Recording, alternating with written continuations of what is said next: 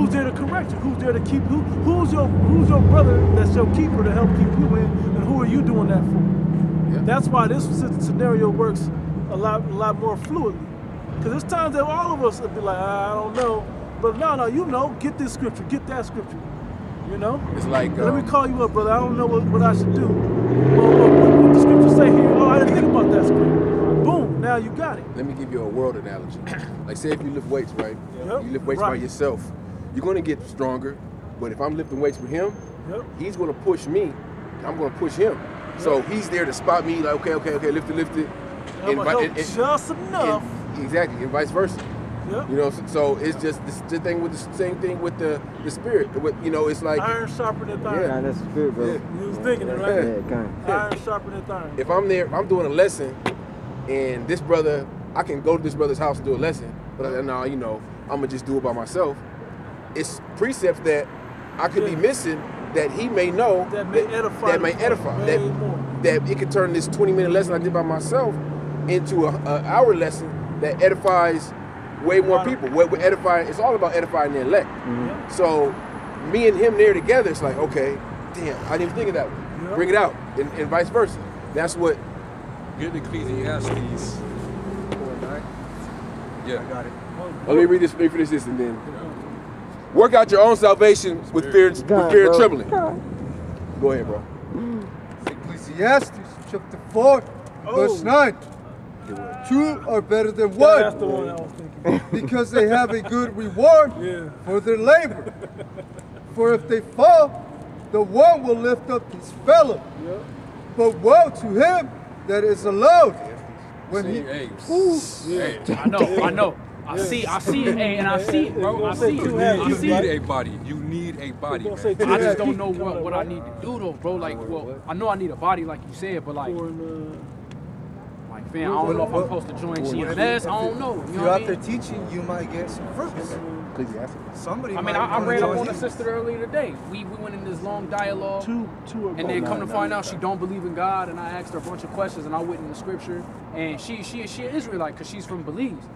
You know what I mean? And so I tell you this though, bro. She was just on some. It ain't no woman in the truth, bro. Yeah, no woman. No, forget about that. Like completely, completely no. Out there not like men. I hate to drop this news to you. Not even your mom. Now is it women that believe? My mom, the one that told me about GMS.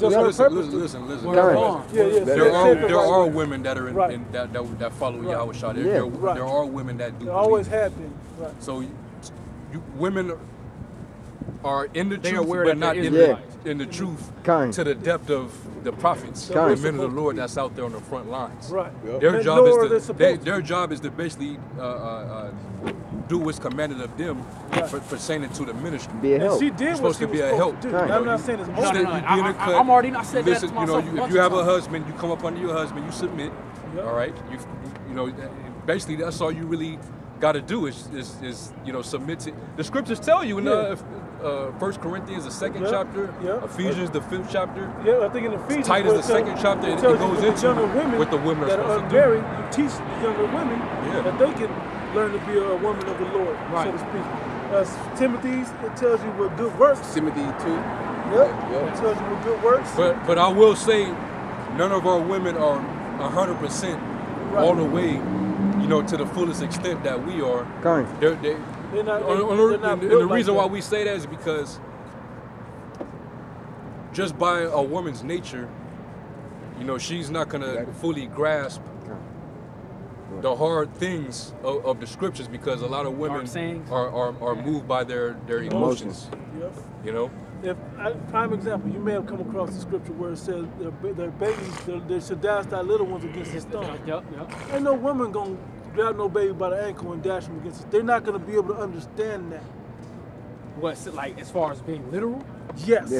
That's a literal thing he's talking about. But they're not gonna do it anyway, though, right? That's what I'm saying. They're not prepared emotionally, mentally, or spiritually, or let alone physically able to do that.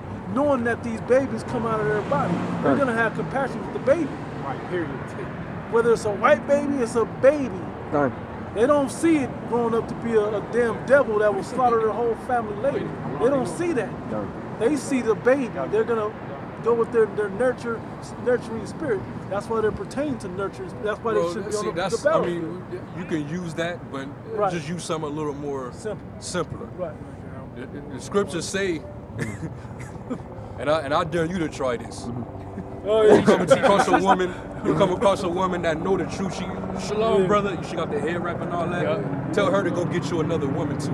Yeah. And you got her. Now tell her to go get you another one. Right. Yeah. Let's see if she gonna comply. And that's what Abraham did when he had Hagar. Exactly. You know what I mean? Exactly. And then you look at those women that were those they're gonna fully, women, you know. even Jacob's wives. They're still in Babylon. They still got some of the Babylonian ideologies that haven't fully left them. There's still certain elements of this world that they still kind of latch on to. They still got a foot in the world. They still got a foot in this they're world. invested in it because they'll still talk shit. Even if she know the truth, she'll still cuss you out. She'll still get in your face like, damn, so was you reading the scriptures? Like, was you really listening?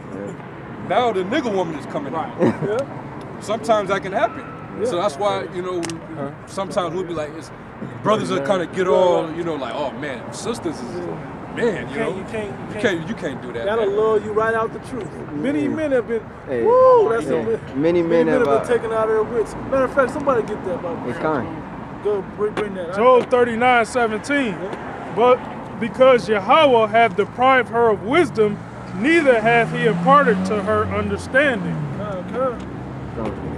Yeah, so the woman is not going to get 100% of this truth. You know, she might believe she is Israelite, but that's as far as it's going to be. She'll agree with the prophets, you know.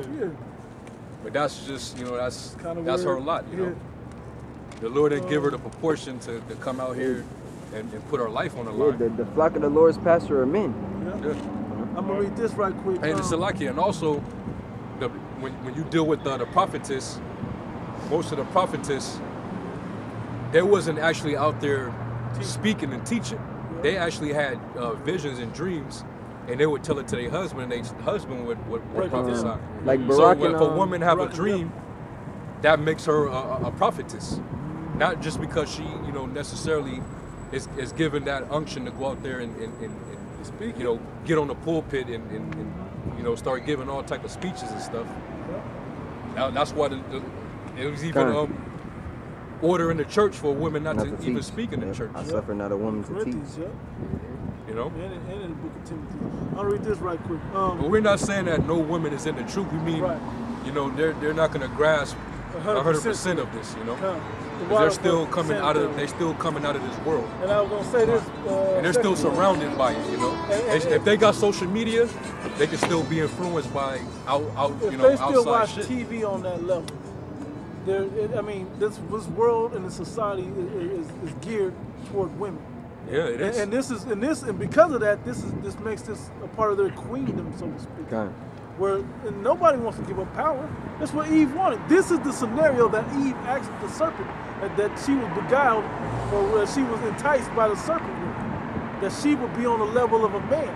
It's playing out right now. It's playing out. Everything that Eve wanted. All of that. What they need jeans trying to play sports, kicking men out the house. Right. You know, telling men what to do. Bodybuilding. And men really humbling down to women. Now, all types of stuff. Everything. Women in the military. Yeah. It's not for you to be out there like you women, but who gonna protect who gonna nurture and raise up our children? Yeah. And when you read this whole account with Zerubbabel and the other men, in First Esdras, the third and the fourth chapter, which I'm gonna read some of the fourth chapter real quick. When you read that, it tells you why women aren't the strongest, but the power that women do have. Yeah, kind. You know, but they do have a role and power though. But it's not meant to be above the head of the family, which is set up to be the head of the family. But in today, everything's upside down. And I said that due to the fact that I had to learn that. Like these brothers know. End up teaching a woman some stuff. Next thing you know, she said you ain't teaching shit, basically. They always you remember that, bro? Yeah. That's crazy. Let me read this. Yeah, kind. Using them on you, like that's not what that's for. Instead of just humbling himself in this. That's it. And now she's bugged out, man. Yeah, that's crazy. She's through. Let me read this. First Esdras chapter 4, verse 22. By this you must know that women have dominion over you.